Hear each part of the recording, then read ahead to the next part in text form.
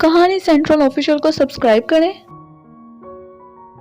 اور نئے آنے والی ویڈیو کے لیے گھنٹی کے نشان کو دبائیں۔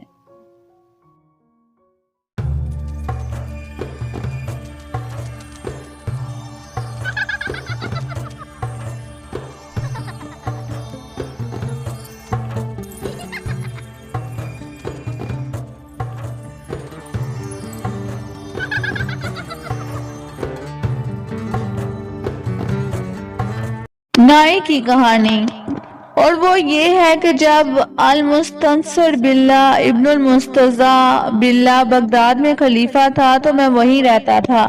اسے فقیروں اور غریبوں سے بہت محبت تھی اور عالموں اور نیکوں کی صحبت بہت مرعوب۔ ایک دن کا واقعہ ہے کہ وہ 10 آدمیوں پر ناراض ہوا اور اس نے بغداد کے حاکم کو حکم دیا کہ وہ انہیں عید کے دن اس کے سامنے پیش کرے۔ یہ لوگ ڈاکو تھے جو شاہراہ پر ڈاکہ ڈالتے تھے۔ شہر کا حاکم گیا اور اس نے انہیں گرفتار کر ایک کشتی میں بٹھایا۔ جب میری نظر ان پر پڑی تو میں نے خیال کیا کہ یہ لوگ غالباً دعوت کے لیے جمع ہوئے ہیں اور میرا خیال ہے کہ وہ دن بھر اس کشتی میں کاٹیں گے اور کھائیں پیئیں گے، خوب مزے کریں گے۔ میرا جی چاہا کہ میں بھی ان کے ساتھ شریک ہو جاؤں۔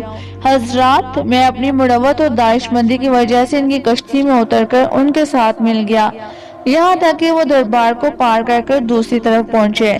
جب ہم وہاں پہنچے تو سپاہی اور چوکیدار زنجیریں لیے وہاں کھڑے تھے۔ انہوں نے ان کی گردنوں میں زنجیریں ڈال دی اور ایک زنجیر میری گردن میں بھی ڈال دی۔ حاضرین، کیا یہ میری مروت اور کام گوئی کی دلیل نہیں کہ میں چپ تھا اور کچھ کہنا نہ چاہتا تھا؟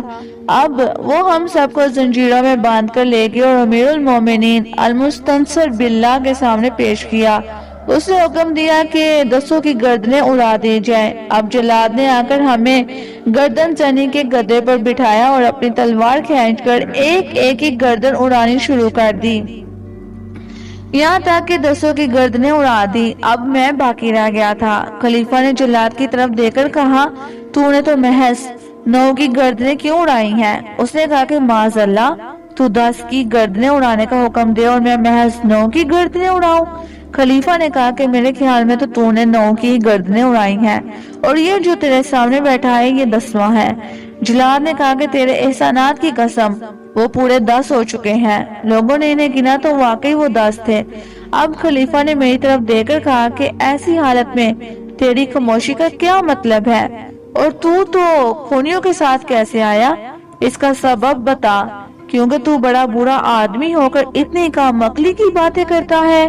جب میں نے امیر المومنین کی گفتگو سنی تو اس سے کہا کہ اے امیر المومنین، میں واقعی بہت خاموش برا ہوں اور مجھے حکمت میں بڑا حصہ ملا ہے اور عقل کی پختگی اور فہم کی تیزی اور کامگوئی کی تو کوئی انتہا ہی نہیں، اور میں نائی کا پیشہ کرتا ہوں۔ کل صبح میں نے دیکھا کہ یہ 10 کشتی کی طرف جا رہے تھے۔